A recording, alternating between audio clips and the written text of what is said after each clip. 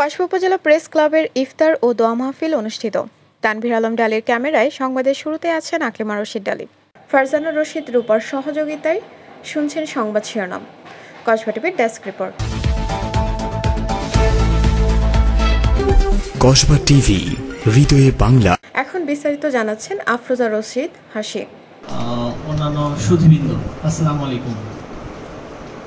আসলে ইফতার হচ্ছে আমাদের মুসলমানদের জন্য উপস্থিত হয়েছেন, সবার গুনাহ যাতে আল্লাহ মাফ করে দেন সেই প্রার্থনা করি।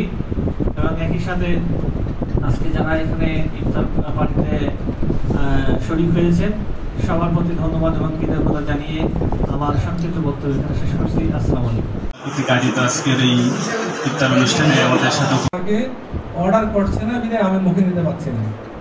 নিঃসন্দেহে আমরা আল্লাহর কাছে আমার ক্ষমার দাবি রাখতে পারি। ওনার আন্তরিকতার প্রতি কৃতজ্ঞতা জানাই, কেননা একটি ইফতারের যে আয়োজন করেছেন এর মাধ্যমে কিন্তু আমাদের সমাজের বিভিন্ন অঙ্গ সংস্থানের বা বিভিন্ন প্রতিষ্ঠানের সমাগম হয়েছে, যাতে করে আমাদের আয়োজিত সুন্দর এই ইফতার মাহফিল প্রোগ্রামে উপস্থিত সবাইকে আসসালামু আলাইকুম। যেহেতু ইফতারের জাস্ট আগের মুহূর্তে আমি তো প্র্যাকটিসিং করছি না, সরাসরি বলছি।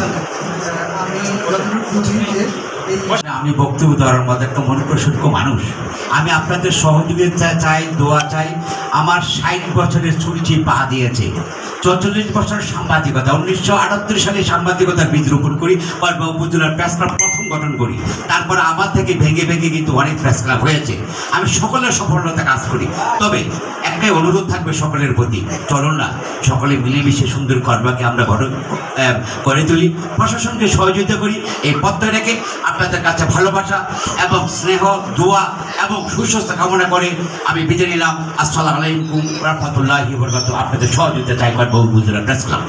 কসবা টিভির সংবাদের সাথে থাকার জন্য ধন্যবাদ জানাচ্ছি। পরবর্তী সংবাদ পেতে আমাদের চ্যানেলটি সাবস্ক্রাইব করে রাখুন।